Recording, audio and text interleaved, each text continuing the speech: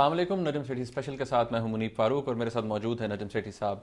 नाज़रीन, आज का जो दिन गुजरा है वो काफ़ी इवेंटफुल रहा है। आज नवाज शरीफ साहब को 13 साजिश केस में एक्विटल मिला है, उनको बरी कर दिया गया है और उसके बाद एक बहुत इंपॉर्टेंट मीटिंग हुई है सदर जरदारी और नवाज शरीफ साहब के दरमियान। और इस मीटिंग की क्या इंप्लीकेशंस होगी, उसके बाद जो शर्म शेख में मुलाकात हुई प्राइम मिनिस्टर गिलानी की और प्राइम मिनिस्टर मनमोहन सिंह की, उसकी क्या इंप्लीकेशंस होंगी, आज के इस पूरे दिन को हम डिस्कस करेंगे। जो इसके इंपॉर्टेंट पॉइंट्स उनको डिस्कस करेंगे। तो लेट्स स्टार्ट।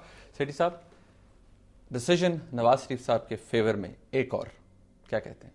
जी, मैं तो तवक्को कर रहा था। इनफैक्ट मेरा ख्याल आप कैसे तवक्को कर रहे थे? क्यों नहीं, आप क्यों तवक्को कर रहे मैं तवक्को इसलिए कर रहा था कि देखिए, दो वजूहत। पहली वजह तो ये कि पॉपुलर प्रेशर मियाँ साहब के हक में है। सुप्रीम कोर्ट पॉपुलर मूड में है, जो फैसले कर रहे हैं बड़े पॉपुलिस्ट किस्म के फैसले कर रहे हैं, नंबर एक। नंबर दो, सुप्रीम कोर्ट ये जो आए हैं जजेस, ये ओ करते हैं, उधार है कुछ वो पूरा करना।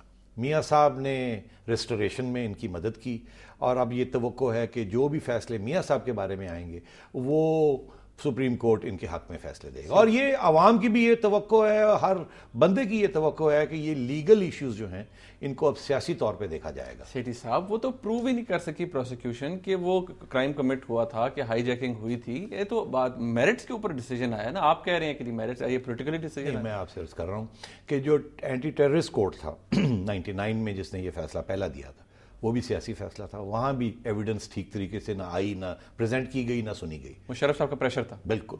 और फिर हाई कोर्ट में भी मेरी ये व्यू है कि हाई कोर्ट के अंदर भी, आपको याद होगा, उन्होंने अपहोल्ड किया था, उन्होंने एंटी टेररिस्ट कोर्ट की जजमेंट को अपहोल्ड किया था। सही। तो मैं उस वक्त भी, अगर मुझे आप पूछते तो मैं आपसे कहता कि यही फैसला आएगा, क्योंकि और कोई फैसला आ नहीं सकता था।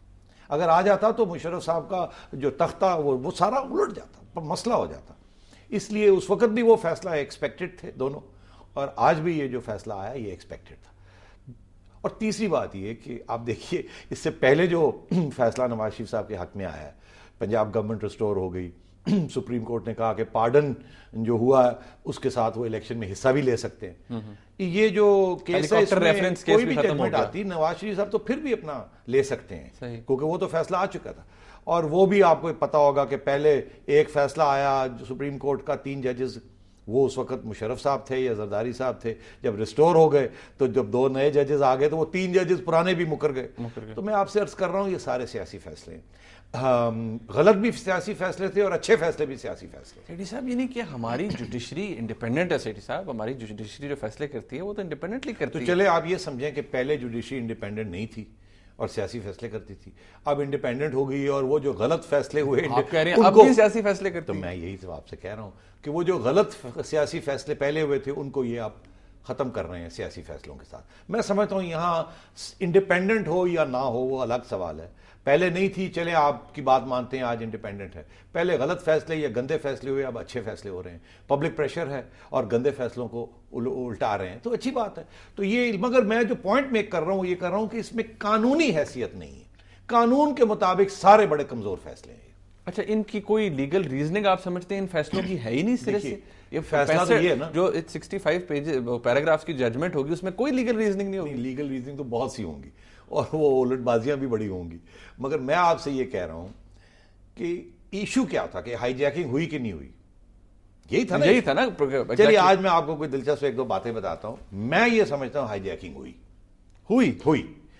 अब उसकी क्या सियासी, उसकी क्या नोयत है, लीगली उसको कैसे देखा जाए, कानून उसको कैसे देखता है, वो अलग बात है। मगर हुआ क्या उस दिन, जरा इसको भी तो देख लीजिए ना। हुआ क्या उस दिन? मेरी इत्तला के मुताबिक उससे एक दिन पहले, ये 12 अक्टूबर को हुआ, 11 अक्टूबर को मुस्लिम लीग नून के एक सरबराह ने पाकिस्तान टेलीविजन को हिदायत की, ये फैक्ट है, इसको अगर आप चेक करना चाहे, कोई भी चेक करना चाहे चेक कर सकता है, अब कि नवाज शरीफ साहब जनरल ज़ियाउद्दीन भट्ट को उनके हमरा अबू धाबी गए थे 11 अक्टूबर 1999। और हिदायत ये हुई पीटीवी को कि वहां अबू धाबी में जो फंक्शंस हो रहे हैं, DG ISI general Ziauddin Bhatt के कैमरा उनके ऊपर फोकस होना चाहिए और उनको जरा थोड़ा सा उठाना चाहिए, हाईलाइट करना चाहिए। ये एक दिन पहले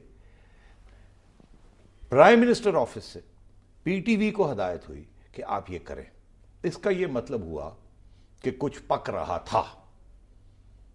ठीक, उसके बाद जिस दिन ये एक्चुअली हादसा हुआ, 5 बजे 12 अक्टूबर को, जब नवाज शरीफ साहब और ज़ियाउद्दीन भट्ट साहब वापस आ चुके थे, 5 बजे पीटीवी को हदायत हुई कि आप ज़ियाउद्दीन भट्ट की जो इंस्टॉलेशन है उसको हाईलाइट करना शुरू कर दें फौरी तौर पे। तो जो पिप्स वगैरह लगाने थे उसको 5 बजे। अब 5 बजे वो वक्त था कि जनरल मुशर्रफ का जहाज श्रीलंका से चढ़ चुका था, हवा में था। उससे पहले नहीं, 4:30 नहीं, 4 बजे नहीं, 4:45 नहीं, 5 बजे, जब वो 15-20 मिनट जहाज चल चुका था और वो अब एयर स्पेस में था और वो पाकिस्तान आ रहा था। इसका ये मतलब है कि फैसला हो चुका था 1 दिन पहले, 2 दिन पहले, 3 दिन पहले कि 1 कि जनरल ज़ियाउद्दीन भट्ट को आर्मी चीफ बनाना, 2 कि ये उस वक्त फैसला अनाउंस होगा प्राइम मिनिस्टर हाउस से जिस वक्त जनरल मुशर्रफ ना जमीन पे होंगे श्रीलंका में, ना होंगे वो पाकिस्तान की जमीन पे, वो हवा में होंगे और उनका जो कांटेक्ट है विद हिज ओन आर्मी वो प्राइम मिनिस्टर के हाथ में होगा, उनके हाथ में नहीं होगा। यानी कि वो बिल्कुल बेअसर होंगे। वो अगर कुछ करना भी चाहें तो वो नहीं कर सकते। और दूसरी बात ये कि उन्हें इत्तला भी नहीं हो सकेगी कि ये यहां हो गया है। लेकिन ऐसे हुआ तो नहीं, वो बेअसर तो नहीं थे फिर? बेअसर तो थे ना जी, वो तो जब तक उन्होंने लैंड नहीं किया उन्हें पता ही नहीं था कि हो क्या रहा है। वो तो 10 मिनट या 15 मिनट 20 मिनट पहले उनको पायलट ने कहा कि जी मुझे इंस्ट्रक्शंस आए हैं कि कराची नहीं जाना है, कहीं और जाना है, मुझे कह रहे हैं अहमदाबाद ले जाएं। तो जनरल मुशर्रफ ने कहा मुझे अहमदाबाद क्यों ले जा रहे हैं, मेरी बात करवाएं। तो उस वक्त पायलट ने यह कहा कि मैं बात कराने की कोशिश कर रहा हूं, एयरटार मेरे से बात नहीं कर रहा है, मुझे सिर्फ इंस्ट्रक्शंस दे रहा है कि आप कराची लैंड नहीं कर सकते। तो मैं आपसे अर्ज कर रहा हूं, साजिश जनरल मुशर्रफ के खिलाफ जायज या नाजायज उसकी बात मैं नहीं कर रहा, फैसला यह हो चुका था प्राइम मिनिस्टर हाउस में, प्रीमेडिटेटेड कि मुशर्रफ की छुट्टी करानी है और इस तरीके से करानी है। अब क्यों इस तरीके से करानी है? ताकि वो अगर काउंटर कू करना चाहे या रोकना चाहे इस फैसले को तो वो ना कर सके, यही मकसद था। लेकिन काउंटर को हुआ तो वो बात कैसे हुआ अब देखिए। तो पहली बात तो ये कि ये एक फैसला हो चुका था। अब अगर जहाज में इंस्ट्रक्शंस आते हैं कि आप लैंड नहीं कर सकते और आप अहमदाबाद चले जाएं या आप मस्कत चले जाएं, तो क्या ये हाईजैकिंग है या नहीं हाईजैकिंग? पहली बात। नंबर 2, क्योंकि आप एक नॉर्मल रूट से एक एयरक्राफ्ट को डाइवर्ट कर रहे हैं और वहां उनको इजाजत नहीं दी जा रही, कि रीजन भी नहीं दिया जा रहा कि ये क्यों हो रहा है। अब तो एक सवाल ये खड़ा हो गया। दूसरा ये कि आप यहां तक कह रहे हैं कि आप इनको हिंदुस्तान ले जाएं, अहमदाबाद के अड्डे पे जाके लैंड करवाएं, क्योंकि उस वक्त वो जहाज करीब था तो उसको उस वक्त वो लैंड कर सकता था अहमदाबाद। मगर मुशर्रफ ने अपने उस पायलट को कहा नहीं आप नहीं करेंगे, सवाल ही पैदा नहीं होता, you keep flying towards Karachi.